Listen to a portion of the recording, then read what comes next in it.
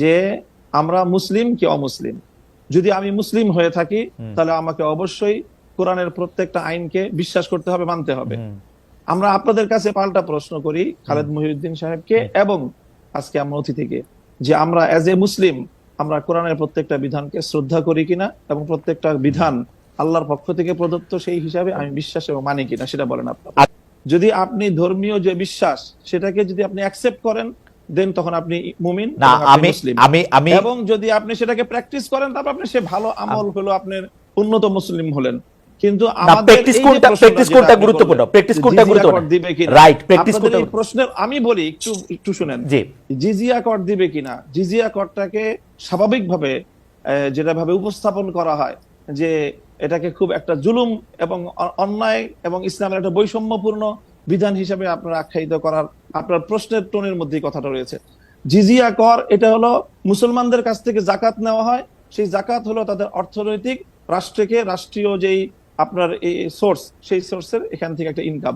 ঠিক তেমনি ভাবে অমুসলিমরা জাকাত দিবে না, তারা জাকাতের পরিবর্তে তারা জিজিয়া এবং কর দিবে, এবং এই জিজিয়া করের বিনিময়ে তারা তাদেরকে রাষ্ট্র সব ধরনের নিরাপত্তা এবং তাদের যে সার্ভিস গুলো দিবে, এটাকে আমরা সার্ভিস চার্জ বলতে পারি।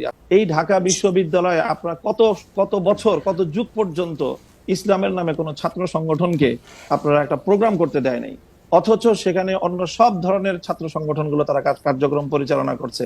কমিউনিজমের মতাদর্শের যারা তারা করতে পারবে, অন্যান্য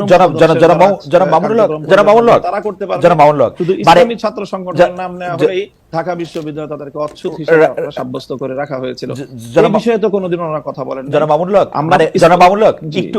একটু জানতে চাইছি যে ইসলামের নাম নিয়ে কোনো প্রোগ্রাম ঢাকা বিশ্ববিদ্যালয় হয় না, কিন্তু অন্য কোনো ধর্মীয় আলোচনার বা কোনো এরকম কোনো প্রোগ্রাম কি হয়েছে? মানে আসলে তো ইসলাম নিয়ে অনেক ধরনের প্রোগ্রাম ঢাকা বিশ্ববিদ্যালয়ে হয়েছে, সেটা আমিও জানি, আমি জানি ইসলামের নিয়ে অনেক কিছু হয়েছে। ব্যাপকভাবে দেখেন, প্রায় প্রতিটি হলেই খুব সুন্দরভাবে আমি আপনাকে ব্যাপকভাবে সেখানে হিন্দু ধর্মাবলম্বী সংখ্যা কত সেটারও কোনো হিসাব করা হয় না, তাদেরকে নির্বিঘ্নে হলের মধ্যে জাঁকজমকপূর্ণভাবে তারা পূজার আয়োজন করছে। আমি জনাব মামুনুল্লাহ ঢাকা বিশ্ববিদ্যালয়ের ব্যাপারটা একটু বলি।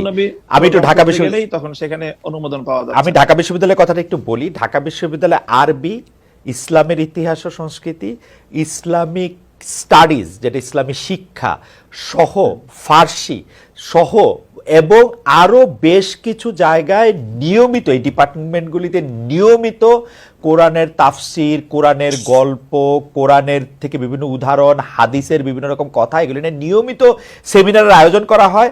নিয়মিত কিন্তু এগুলি করা হয় একাডেমিক কার্যক্রমের অংশ হিসেবে, এবং সেইটা শুধু একাডেমিক কার্যক্রমের অংশ হিসাবে না, মানে সেইটা যে সিনেট হল এর মধ্যেও অনেক সময় সেটা হয়ে আসছে, হবে, মানে সেটাতে কোনো, কিন্তু আপনি বলছেন যেটা হয় না। আপনার ঢাকা বিশ্ববিদ্যালয়ের একজন, আমি ঢাকা বিশ্ববিদ্যালয়ের একজন অধ্যাপককে জানতে চাই, ঢাকা বিশ্ববিদ্যালয়ের অধ্যাপকরা একজন বলতে চাই, ঠিক একই ভাবে যে কালী পূজার যে ঘটনা ম্যাডাম বললেন, সেটাও অবশ্যই ঘটনা সম্পর্কে তো আমরা বিস্তারিত জানি না, হয়তো কোনো ছাত্র বিচ্ছিন্ন হবে সেই ধরনের কিছু করে থাকতে পারে, সেটাকে হিন্দু ধর্মাবলম্বীদের বিরুদ্ধে একটা অভিযান বা একটা ভূমিকা হিসেবে চিহ্নিত করার কোন মানে আমাদের কাছে তো প্রমাণ। আচ্ছা, আমরা একটু ম্যাডামের কাছে প্রকৃত অর্থে যারা দাড়ি টুপিওয়ালা মুসলমান হিসাবে ইসলাম ধর্মকে তারা সকল ক্ষেত্রে প্র্যাকটিস করতে চায়, বিশেষ করে রাজনৈতিক ক্ষেত্রে যারা আমরা ইসলামকে প্র্যাকটিস করতে চাই, আমরাই হলাম প্রকৃত অর্থে বাংলাদেশে আসলে সংখ্যালঘু, এবং আমরাই সবচেয়ে বেশি বৈষম্য এবং নানা ধরনের অত্যাচার এবং নিপীড়নের শিকার। এবং আমাদের এই নিপীড়নের বিরুদ্ধে কখনোই সমাজের এই যে সাধারণ শিক্ষা ব্যবস্থার যারা শিক্ষক মহোদয় আছেন বা অন্যান্য আপনাদেরও খুব একটা সোচ্চার কখনো আমরা পাই। আচ্ছা, আমরা এটা অধ্যাপক মাহবুবকে জানতে চাইবো। আমি একটু আপনার কাছ থেকে এটা জানতে চাই যে ধরেন বাংলাদেশে আপনি যে ধরনের রাষ্ট্র ব্যবস্থা কায়েম করতে চাচ্ছেন, ধরেন যে খিলাফা, সেই খিলাফা আসলো, তাহলে কি আপনারা এই যে ধরেন কালী পূজার কথা বলা হলো সেগুলি বন্ধ করে দিবেন? যে না, রমনায় বা বন্ধ হবে কেন, সেগুলি করতে দিবেন? প্রত্যেক ধর্মাবলম্বীর যার যার ধর্মীয় রীতি অনুযায়ী তার সে ধর্মীয় স্বাধীনতা ভোগ করবে, তার জানমালের নিরাপত্তার যে বিষয়গুলো আছে, ইসলামী রাষ্ট্র ব্যবস্থা, ইসলামী রাজনৈতিক যে বন্দোবস্ত, সেখানে অন্য ধর্মাবলম্বীদের ধর্ম পালনের শুধু স্বাধীনতা নয় বরং নিরাপত্তা নিশ্চিত করা হয়েছে, এবং সেই নিরাপত্তা অবশ্যই বাস্তবায়ন করা হবে। তাদেরকে কি জিজিয়া কর দিতে হবে? এখন আমি প্রথমেই কথা বলি যে আমরা মুসলিম কি অমুসলিম। যদি আমি মুসলিম হয়ে থাকি তাহলে আমাকে অবশ্যই কোরআনের প্রত্যেকটা আইনকে বিশ্বাস করতে হবে, মানতে হবে।